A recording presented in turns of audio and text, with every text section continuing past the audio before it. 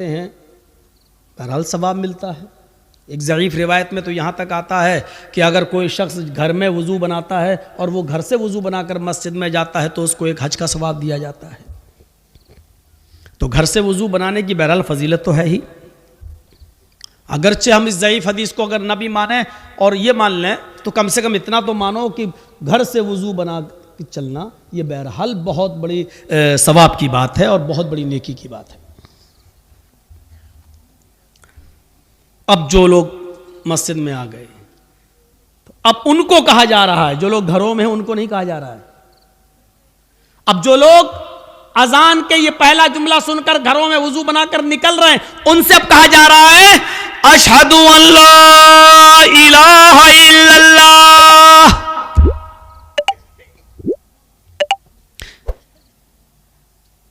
मस्जिद में आने से पहले इस बात की गवाही दो, मैं गवाही देता हूं इस बात की कि अल्लाह के अलावा कोई माबूद नहीं। अशहदु अल्ला इलाहा इल्लल्लाह, मैं गवाही देता हूं इस बात की कि अल्लाह के अलावा कोई माबूद नहीं। यानी आप घर से मस्जिद की तरफ जा रहे हो नमाज पढ़ने तो याद रखो ये नमाज तुम्हारी अल्लाह के लिए है या किसी और के लिए। अल्लाह माबूद है, उसी के लिए नमाज होनी चाहिए। अल्लाह को माबूद मानो, अल्लाह के लिए नमाज पढ़ने जा रहे हो, यानी इबादत किसके लिए? अल्लाह के लिए होनी चाहिए। अब बाप के डर से नमाज पढ़ने बहुत से लोग आते हैं, अब्बा मेरे डांटेंगे नमाज पढ़ लो। मदरसे के बच्चे अरे नमाज पढ़ लो, अजान हो गई नहीं तो टीचर मारेगा, वो टीचर के डर से पढ़ रहे हैं। और बहुत से लोग जुमे में सिर्फ इसलिए नमाज पढ़ने आ रहे हैं कि पूरे हफ्ते तो आए नहीं, जुमा भी नहीं पढ़ेंगे तो मोहल्ले वाले समाज के लोग कहेंगे देखो जुमे तक की नमाज नहीं पढ़ रहा है। तो जो लोग इसलिए नमाज पढ़ने आ रहे हैं वो समझ लें कि उनकी इबादत अल्लाह के लिए है ही नहीं। अगर नमाज पढ़ने आना है, मस्जिद में आना है, इबादत के लिए आना है, नमाज के लिए, तो अशहदु अल्ला इलाहा इल्लल्लाह इस बात की गवाही दो, मैं गवाही देता हूं अल्लाह के अलावा कोई माबूद नहीं है। अगर अल्लाह के लिए इबादत करने जा रहे हो तब तो ठीक है, और अगर ये इबादत अल्लाह के लिए करने नहीं जा रहे हो तो अपने घरों में रहो। अगर मोहल्ले वालों के डर से जा रहे हो तो मत जाओ, अगर उस्ताद के डर से नमाज पढ़ रहे हो तो मत पढ़ो, अगर बाप के डर से नमाज पढ़ रहे हो तो मत पढ़ो, अगर मोहल्ले और समाज के डर से नमाज पढ़ रहे हो तो मत पढ़ो। और अगर जा रहे हो तो अल्लाह को सबसे बड़ा मानकर जाओ और इबादत भी अल्लाह के लिए करने जाओ, किसी गैर का उसमें नाम नहीं होना चाहिए, किसी गैर का उनसुर नहीं होना चाहिए। अब अगर तुम अल्लाह के लिए इबादत भी करने जा रहे हो और तुमने दिल में ठान लिया कि इबादत हम अल्लाह ही की करेंगे, किसी और की नहीं, तो अब उन लोगों से कहा जा रहा है अशहदु अन्ना मुहम्मदर रसूलुल्लाह, कहो मैं गवाही देता हूं इस बात की कि मोहम्मद सल्लल्लाहु अलैहि वसल्लम अल्लाह के रसूल हैं। यानी नमाज नबी के तरीके पर पढ़ना पड़ेगी, अपने मनमानी तरीके पर नमाज नहीं पढ़नी पड़ी नहीं। अगर मनमाने तरीके पर नमाज पढ़ना है तो मत आओ, अब अल्लाह की इबादत करने जा रहे हो तो रसूल के तरीके पर नमाज पढ़ना पड़ेगी। जोहर में कितनी नमाज? जितनी नबी ने बताई। असर में कितनी? जितनी नबी ने बताई। मगरिब में कितनी? जितनी नबी ने बताई। तरावी कितनी पढ़ें? 20 या 8? न तेरी 8 न मेरी 20, जितनी जनाबे मोहम्मद रसूलुल्लाह सल्लल्लाहु अलैहि वसल्लम ने बताई। मेरे भाइयों, ये नमाज पढ़ने जा तो रहे हो लेकिन ये अकीदा दिल में रखो कि हम रसूलुल्लाह के तरीके पर नमाज पढ़ेंगे। नमाज से पहले वुजू, वुजू से पहले पाकी, आप खुद पाक हो पहले, और फिर छोटी नापाकी क्या है? वुजू। वुजू बनाकर छोटी नापाकी को दूर कर दो, उसके बाद जाइए आप नमाज पढ़ने के लिए। और यह इबादत कैसे करेंगे? जब आप वुजू बनाकर घर से मस्जिद की तरफ निकलेंगे तो अल्लाह ताला हर एक कदम पर तुम्हें एक नेकी देगा, हर कदम पर एक नेकी और एक गुनाह माफ भी होगा। जैसे एक कदम बढ़ाया एक नेकी मिली और एक गुनाह माफ, दूसरा कदम बढ़ाया एक नेकी मिली और एक गुनाह माफ। तीसरा कदम बढ़ाया, एक नेकी मिली और फिर एक गुनाह माफ। चौथा कदम बढ़ाया, एक नेकी मिली और एक गुनाह माफ। हजरत ज़ैद इब्ने साबित रजी अल्लाह ताला अन्हु जब मस्जिद से घर की तरफ, जब घर से मस्जिद की तरफ नमाज पढ़ने जाते थे, उनका घर मस्जिद के करीब था, लेकिन फिर भी वो छोटे छोटे कदम रखते थे। लोगों ने पूछा, इतने नजदीक मस्जिद है और तुम जल्दी नहीं आते हो, छोटे छोटे कदम रखते हो? तो उन्होंने यही हदीस पढ़ के सुनाई थी कि अल्लाह के नबी ने फरमाया, तुम में से जब कोई शख्स मस्जिद में नमाज के लिए जाता है तो उसके हर एक कदम पर एक नेकी मिलती है और एक गुनाह माफ हो जाता है। मैं इसलिए छोटे छोटे कदम रखता हूं ताकि मेरे कदम की गिनती ज्यादा हो जाए, मुझे नेकियां ज्यादा मिल जाएं और मेरे गुनाह ज्यादा से ज्यादा मिट जाएं। तो मेरे प्यारे साथियों, ये आपको तभी मिलेगा जब आप घर से वुजू बनाएंगे और वुजू बनाने के बाद जब घर से निकलेंगे तो हालत वुजू का सवाब और वुजू में नमाज के लिए जो कदम उठेंगे, ये बावुजू होकर जब उठेंगे तो उस पर और ज्यादा सवाब।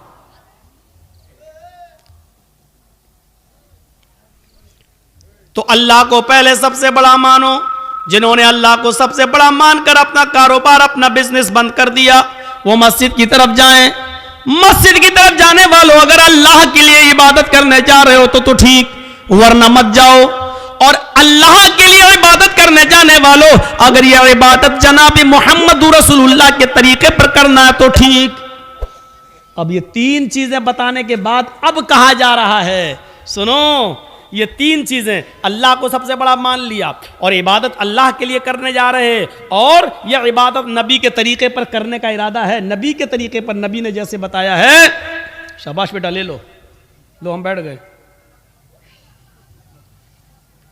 लो। ये लड़का आगे चल के क्या बनेगा बताइए तो?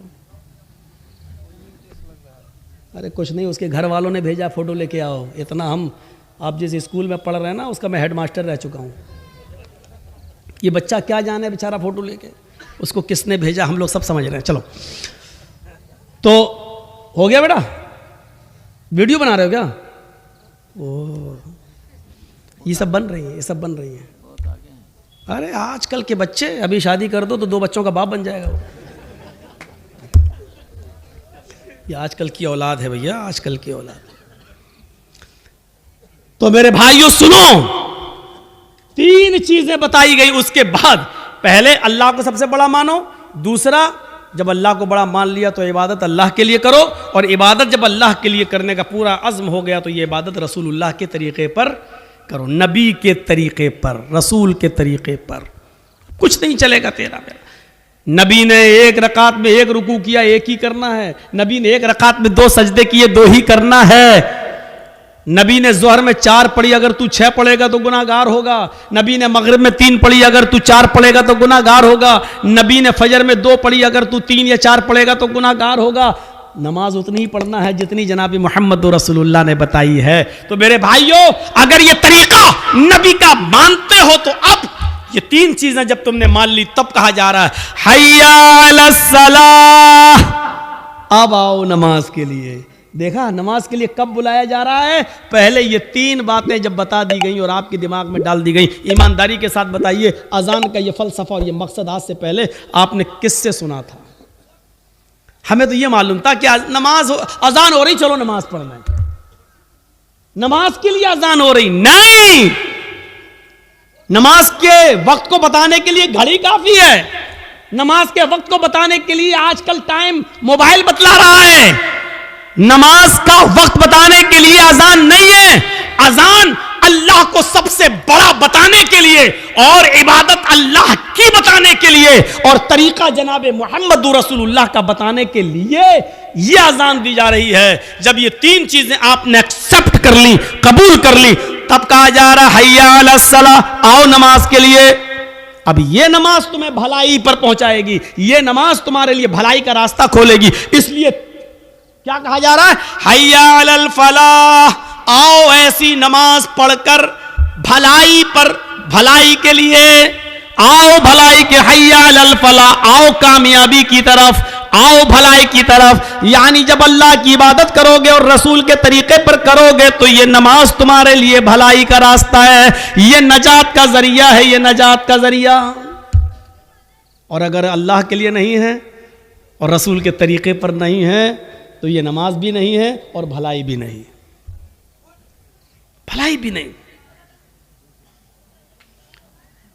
इसके बाद फिर लास्ट में फिर कहा जा रहा है, आए लोगों एक बार फिर सुन लो, अब तक अगर अपने घरों में बैठे हुए हो तो एक बार फिर सुन लो, अल्लाहु अकबर, अल्लाहु अकबर, अल्लाह सबसे बड़ा है, सबसे बड़ा है, ला इलाहा इल्लल्लाह, उसके अलावा कोई इबादत के लायक नहीं। आखिर में ये जुमला कहकर फिर दिमाग में भर दिया कि फिर सोच लो, अब भी घर में रहना है, अब भी दुकान पे बैठना है, अब भी बिजनेस करना है, अब भी सर्विस करना है, अब भी ऑफिस में रहना है।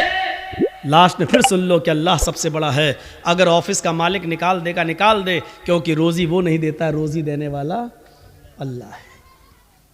अच्छा ठीक है, ऑफिस में बैठे हो, उससे रोजी रोटी चल रही है, प्राइवेट जॉब है, अचानक आग लग गई, आपके दोनों हाथ जल गए, अब क्या करोगे बताइए आप? अब क्या करोगे? अचानक बिल्डिंग टूट गई, गिर गई, दीवार गिर गई, यहां फिसल गए, हमारे दोनों पैर टूट गए, अब क्या करोगे? आप तो ऑफिस को सबसे बड़ा समझे थे ना, इसलिए तो नमाज पढ़ने नहीं आए थे, अब क्या करोगे? सेहता का कबला मर्जिक, अपनी तंदुरुस्ती को, अपनी जवानी को, अपनी बीमारी से पहले गनीमत जान ले और अल्लाह की इबादत कर ले। तसव्वुर करो, अजान का मकसद यह है, इसलिए होती है ये अजान, इसलिए दी जाती है ये अजान, ताकि अल्लाह का सबसे बड़ा होने का तसव्वुर हमारे दिमाग में रहे और अल्लाह की इबादत करने का तसव्वुर हमारे दिमाग में रहे और इबादत जनाब मोहम्मद रसूलुल्लाह सल्लल्लाहु अलैहि वसल्लम के तरीके पर करने का तसव्वुर हमारे दिमाग में रहे। दुनिया में बहुत से नबी आए, सुनिए, और हर नबी पर नमाज फर्ज थी, हर नबी पर नमाज फर्ज थी। हजरत इब्राहिम अलैहिस्सलातु वस्सलाम ये कहा करते थे, इन्ना सलाती व नुसुकी व महयाया व ममाती लिल्लाहि रब्बिल आलमीन, मेरी नमाज, मेरी कुर्बानी, मेरी जिंदगी और मेरी मौत अल्लाह के लिए है। कुरान कह रहा है ना, इन्ना सलाती व नुसुकी व महयाया व ममाती लिल्लाहि रब्बिल आलमीन, मेरी नमाज, मेरी कुर्बानी, मेरी जिंदगी, मेरी मौत किसके लिए? अल्लाह के लिए। इसका मतलब यह है कि इब्राहिम अलैहिस्सलाम पर भी नमाज फर्ज थी। जब अपनी बीवी हाजरा को और अपने बच्चे छोटे इस्माइल को जब छोड़ दिया था बियाबान जंगल में, और जब चले गए बहुत दूर, बीवी और बच्चे की आंखों से ओझल हो गए, तो इब्राहिम अलैहिस्सलाम ने जो दुआ की थी वो दुआ को देखो कुरान रिकॉर्ड करता है, और रब्बी इन्नी अस्कंतु मिन ज़ुर्रियती बिवादिन गैरि ज़ी ज़रा इंद बैतिकल मुहर्रम लियुकीमुस सलाह इलाहल आलमीन। ओ अल्लाह रब्बुल आलमीन, हमने अपनी बीवी को, हमने अपने बच्चे को एक बियाबान जंगल में तेरे हवाले छोड़ दिया है। उस जंगल में कोई नहीं है, इंसानी आबादी नहीं है, उस जंगल में कोई रहता नहीं है, कोई बंदा नहीं है। बिवादिन गैरि ज़ी ज़रा, बेआबू गयाबादी है, वहां दरख्त भी पैदा नहीं होते, वहां बियाबान जंगली जंगल है, वहां से कोई काफिला भी नहीं आता है। थोड़े बहुत दरख्त जो दिख रहे हैं उन पर परिंदों के घोंसले भी नहीं है, एक चिड़िया का भी पता नहीं है। ऐसी बियाबान जंगल में जो गैर आबाद है, गैर ज़ी ज़रा है, उस जंगल में हमने अपने बीवी बच्चों को छोड़ दिया है। इंद बैतिकल मुहर्रम, तेरे काबिले एहतराम घर के पास, जहां तेरा घर तामीर होगा, जहां हमें तेरा घर बनाना है, जहां खाने काबा को बनाना है, जहां किबला बनना है, जहां किबले की तामीर होना, तेरा घर बनना है, ऐसे घर के पास हमने अपने बीवी बच्चे को छोड़ दिया है। लियुकीमुस सलाह,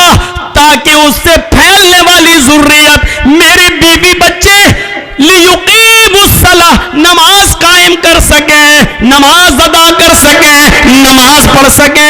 अपने बीवी को और बच्चे को छोड़ दिया है, एक भी परिंदा नहीं है, काफिला नहीं है, इंसान नहीं रह रहा है, साए साए बीतती है, खतरनाक जानवरों का डेरा है, लेकिन यही खाने काबा बनना है, यही अल्लाह का घर बनना है, इसी खाने काबा का तवाफ आगे चल के होना है, और सारी दुनिया इसी की तरफ आगे चल कर रुख करके नमाज पढ़ने वाली है।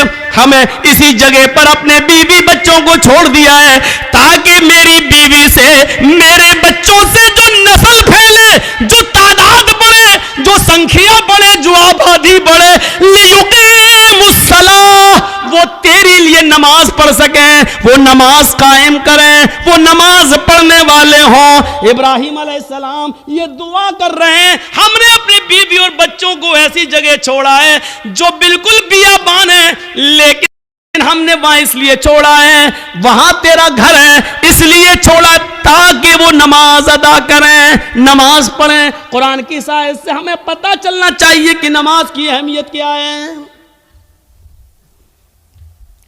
यही नमाज है। हजरत मूसा अलैहिस्सलातु वस्सलाम को अल्लाह ने हुक्म दिया था, व अक़िमिस्सलात लिज़िक्री, आए मूसा तुम मेरी याद के लिए, मुझे याद करने के लिए नमाज कायम करो। पता चला कि ये नमाज मूसा अलैहिस्सलाम पर भी फर्ज थी, इब्राहिम पर भी फर्ज थी, नूह अलैहिस्सलाम पर भी फर्ज थी। ये नमाज लुकमान अलैहिस्सलाम पर भी फर्ज थी, और लुकमान अलैहिस्सलाम तो अपने बेटे से कह रहे हैं, कुरान कहता है या बुनैया अक़िमिस्सलाह, आए मेरे बेटे नमाज कायम कर। यह नमाज लुकमान और उसके बेटे पर भी फर्ज थी।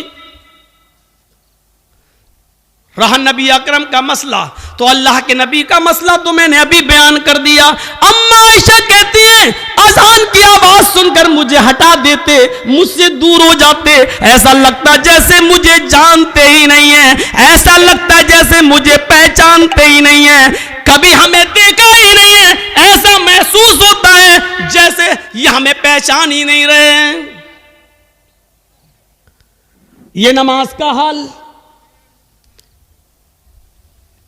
जिसको आज हमने बहुत हल्के में ले लिया है, मर्जी आई पढ़ो।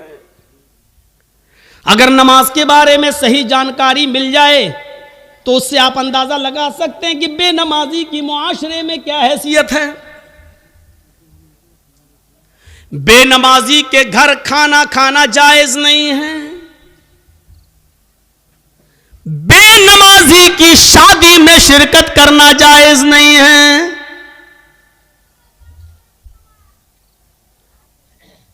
अगर किसी लड़की की शादी किसी बेनमाजी से हो जाए तो उस लड़की का बेनमाजी पति के साथ रहना जायज नहीं है। समझाए, मानता है तो ठीक है, नहीं मानता तो अलग हो जाए। सवाल यह है कि वो तलाक ना दे तो तलाक देने की जरूरत ही नहीं है, क्योंकि बेनमाजी मुसलमान ही नहीं है, और जब मुसलमान नहीं है तो किसी काफिर के निकाह में रहने की जरूरत भी नहीं है। ये निकाह ऑटोमेटिकली फिस्क, अपने आप खत्म। बेनमाजी के हाथ का खाना जायज नहीं है, बेनमाजी के हाथ का पानी जायज नहीं है।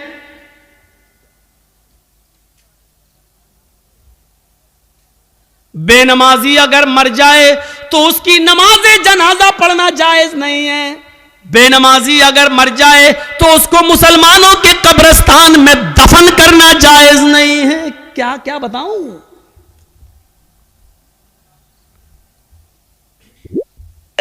लेकिन सब चल रहा है। कितना बड़ा दिल गुर्दा है आज, जिसकी हैसियत ये हो और शादी के मौके पर हम ये ना देखें। पूछते हैं लड़की पढ़ी लिखी है? हाँ। कितनी? कुरान पढ़ी है। कितना बड़ा कारनामा है, कुरान पढ़ी है। और कुरान खुलता कब है? रमजान में, फिर पूरे रमजान तक बंद रहता है। फिर जब रमजान का महीना आएगा तब वो कपड़े से खुलेगा, धूल उस वक्त धूल साफ होगी, अपने जहेज के बर्तन रोज धोएगी, अम्मा की और बाप की तरफ से मिले हुए बर्तन रोज धोएगी। लेकिन कुरान जिस जुज़दान में लिपटा हुआ है उसको महीनों हो जाते हैं, उसको साफ करने की नौबत नहीं आती। जिस तरीके से बेनमाजी औरत बेनमाजी आदमी के साथ नहीं रह सकती, उसी तरीके से नमाजी शौहर के साथ बेनमाजी औरत नहीं रह सकती।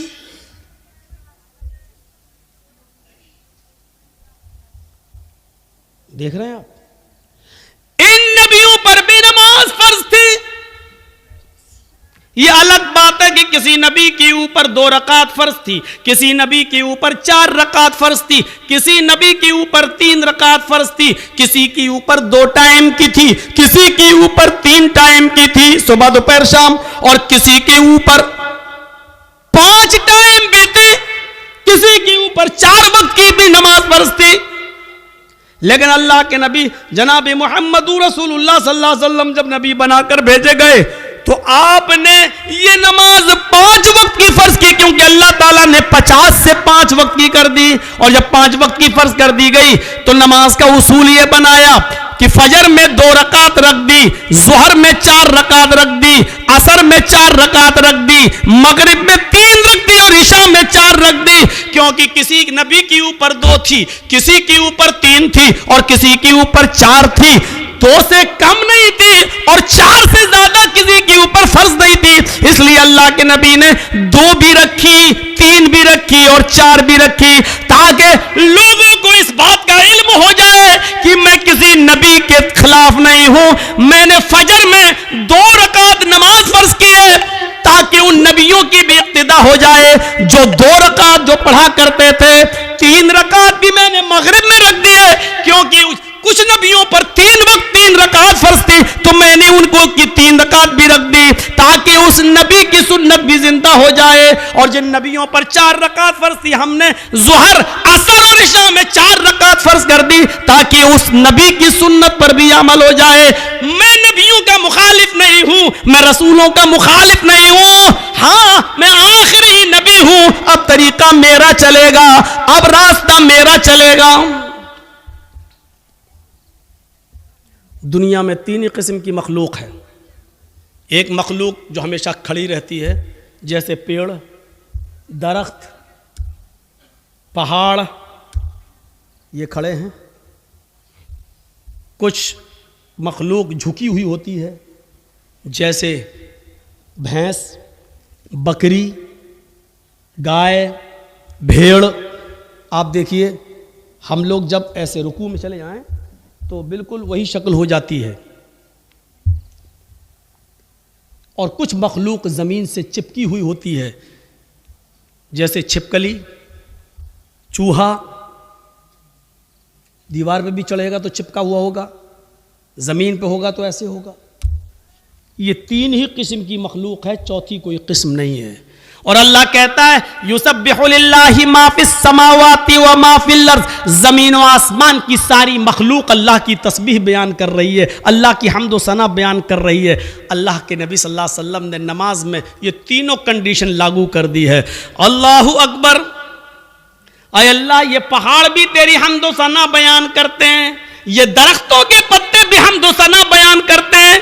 अगर तुझे खड़े होकर की जाने वाली इबादत ज्यादा पसंद है दरख्तों की, पहाड़ों की, तो देख मैं खड़ा हूं। अल्लाहु अकबर। मेरी इस अदा को कबूल कर ले। अगर तुझे 4 पैर वाले जानवरों की इबादत ज्यादा पसंद है तो देख मैं झुक गया हूं। अल्लाहु अकबर। मैंने रुकू कर लिया है, देख मैंने भी उनकी तरह शक्ल बना ली है। अगर तुझे छिपकली, चूहे और जमीन पर रेंगने वाले कीड़े मकोड़े, सांप, बिच्छुओं की इबादत और उनकी तस्बीह पसंद है तो देख मैं सजदा कर रहा हूं। अल्लाहु अकबर। जमीन पर चिपक गए, सजदा कर लिया। अय अल्लाह, अगर तुझे ये हयात पसंद है तो मैं भी इस हयात को कर रहा हूं। तीनों चीजें नमाज के अंदर लागू कर दी हैं। पता नहीं अल्लाह को कौन सी अदा ज्यादा पसंद है। अल्लाह तीनों अदाओं में से जो तुझे पसंद है वो कबूल कर ले। आइए एक और चीज बताता हूं आपको। अल्लाह के नबी सल्लल्लाहु अलैहि वसल्लम के पास चंद सहाबा आते हैं। हाँ सुनिए, जबरदस्त चीज। चंद सहाबा आते हैं और आकर कहते हैं, अय अल्लाह के नबी सल्लल्लाहु अलैहि वसल्लम, मैं जब मस्जिदों में नमाज पढ़ने जाता हूं तो ये काफिर कान लगा लगा कर सुनते हैं, दीवारों पर कान लगा कर सुनते हैं। जब हम जोर से मस्जिदों में नमाज की हालत में कुरान की तिलावत जब मैं जोर से करता हूं तो ये काफिर सुन लेते हैं बाहर से, फिर ये मस्जिदों में घुस जाते हैं और बेतहाशा मारते हैं। इतना मारते हैं कि मारते मारते पीटते पीटते हमें बदहाल कर देते हैं, लहू लुहान कर देते हैं। अल्लाह के नबी ने पूछा, अच्छा ये बताओ वो किस वक्त कान लगाकर सुनते हैं तुम्हारी दीवारों पर? कहा अल्लाह के नबी, शाम को जब काम करके वापस आते हैं, बहुत देर हो गई, तकरीबन 1.5 घंटा 1 घंटा, वहां बड़ा शोर हो रहा है, वो पीछे वो लोग सुन ही नहीं रहे, पता नहीं क्या खुरापाते कर रहे हैं। बच्चे नहीं हैं उसमें, कुछ बड़े भी हैं। उधर देखिए वो पीछे, और अभी तक नहीं सुन रहे। देखो वो फिर छलांग लगा रहा, कूद रहा, उनकी आवाज़ यहाँ तक आ रही है। कोई ऐसा आदमी नहीं है जो उनको भगा दे, उनको कह दे घर जाए।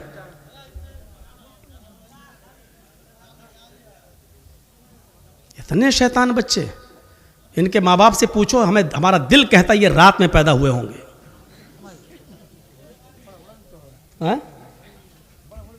हाँ बड़ा बड़ा भी है, हमको यहां से दिख रहा है। अभी निगाह इतनी कमजोर थोड़ी हुई हमारी। पूछा अल्लाह के नबी सल्लल्लाहु अलैहि वसल्लम ने, अच्छा ये बताओ कि वो किस वक्त कान लगा के सुनते हैं? कहा अल्लाह के रसूल, वो जब शाम को काम करके वापस आते हैं, जब तो वो कान लगाकर सुनते हैं, यानी असर के वक्त। तो अल्लाह के नबी सल्लल्लाहु अलैहि वसल्लम ने फरमाया, अच्छा तो कान लगाते हैं वो दीवारों पर? कहाँ? तो ठीक है, फिर असर में तुम कुरान की किरात जोर से करना बंद कर दो, यानी आहिस्ता पढ़ लो। और कब कान लगाते हैं? कहा अल्लाह के रसूल, कैलूला करते वक्त। हम लोग जब दोपहर में काम करके आते हैं, घर में खाना खा के थोड़ा सोते हैं, कैलूला यानी जोहर की नमाज के वक्त वो कान लगाकर सुनते हैं और हमको पकड़ के मारते हैं जब हम जोर से कुरान की तिलावत करते हैं तब। तो अल्लाह के नबी ने कहा जोहर में भी तुम कुरान को आहिस्ता पढ़ो। देखिए आपने ये नहीं कहा कि नमाज घर में पढ़ लो। मकामी आदमी हो, जो कहीं का रहने वाला हो, आप अपने गांव के रहने वाले हैं, तो आप अपने घर पे नमाज नहीं पढ़ेंगे। कोई मुसाफिर आदमी है, सफ़र से आया है, तो वो जहाँ ठहरा है, जहाँ रुका है, वो नमाज पढ़ सकता है अपने मकाम पर जहाँ वो ठहरा है, इसलिए कि उसको कसर में करना है, 2 रकात पढ़ना है। और मुसाफिर जोहर और असर एक साथ पढ़ सकता है, मगरिब और इशा एक साथ पढ़ सकता है, वो 2 नमाजें मिला सकता है, उसको गुंजाइश है। लेकिन मकामी आदमी को नहीं। अल्लाह के रसूल ने उनसे क्या कहा? अच्छा जोहर में मारते हैं और असर में मारते हैं? कहा तो ठीक है, जोहर में आहिस्ता पढ़ लो और असर में आहिस्ता पढ़ लो। अच्छा ये बताओ मगरिब में? का अल्लाह के रसूल वो बहुत देर से आते हैं, तो मगरिब में वो कान लगा के नहीं सुनते हैं। तो आपने फरमाया फिर मगरिब में कुरान की तिलावत जोर से करो। अच्छा इशा में? हाँ अल्लाह के नबी जब वो घर कारोबार करके खेती बाड़ी करके वापस आते हैं तो इशा में भी कान लगा के सुनते हैं। आपने हाँ तो वो इशा में भी नहीं सुनते हैं क्योंकि थके हुए होते हैं, खाना खाया और सो गए। मगरिब के बाद आते हैं, सुनते नहीं हैं, इसलिए आपने कहा मगरिब में पढ़ो जोर से। इशा की नमाज आप इतनी देर से पढ़ते हैं कि उनको नींद आ जाती है, वो इशा में भी नहीं सुनते। आपने फरमाया तो इशा में भी पढ़ो। अच्छा फजर में? कहा अल्लाह के नबी फजर में तो वो खुद ही घोड़ा बेच के सोते रहते हैं। तो आपने कहा फिर फजर में भी जोर से तिलावत करो। पहले ये 5 वक्त जोर से तिलावत होती थी, 5 नमाजों में जोर से पढ़ा जाता था अल्हम्दुलिल्लाह रब्बिल आलमीन। जब सहाबा ने शिकायत की कि अल्लाह के रसूल ये हमें मारते हैं, कानों में दीवारों पे कान लगाते हैं, सुन लेते हैं, पढ़ रहे हैं तो मारते हैं, पीटते, इतना मारते हैं कि लहू लुहान हो जाते हैं। तो आपने कहा कब मारते हैं? कहा जोहर में। आपने कहा जोहर में आहिस्ता पढ़ो। कब मारते हैं? कहा असर में। असर में भी आहिस्ता पढ़ो। मगरिब में? कहा नहीं, जोर से पढ़ो। इशा में सो जाते हैं वो, जोर से पढ़ो। फजर में नहीं उठते हैं वो, जोर से पढ़ो। मेरे भाइयों, ये सिलसिला चलता रहा, बहुत दिनों तक ये सिलसिला चलता रहा, और इतने दिनों तक ये सिलसिला चला कि मक्का फतह हो गया। जब मक्का में कामयाबी मिल गई और नबी की हुकूमत आ गई, तब सहाबा किराम ने फिर अर्ज किया। अब जो चीज बताना चाहता हूं वो सुनिए। अब सहाबा ने अर्ज किया, आए अल्लाह के नबी, जब हमारे हालात खराब थे, जब ये हमें मारते थे, पीटते थे, जिसकी वजह से आपने आहिस्ता पढ़ने का हुक्म दे दिया था जोहर में और असर में, अब तो ये मारते नहीं है, अब तो हुकूमत हमारे हाथ में आ गई, अब तो मक्का और मदीना की बागडोर हमारे हाथ में है, तो आए अल्लाह के नबी, हमें पहली वाली इजाजत दे दीजिए, अब हम फिर से 5 वक्त की नमाजों में जोर से तिलावत करें। भाई हालात अब खत्म हो गए, पहले हालात बुरे थे इसलिए आपने आहिस्ता पढ़ने को कह दिया, अब तो हमारे फेवर में है हालात, अब तो हमारे हक में है हालात,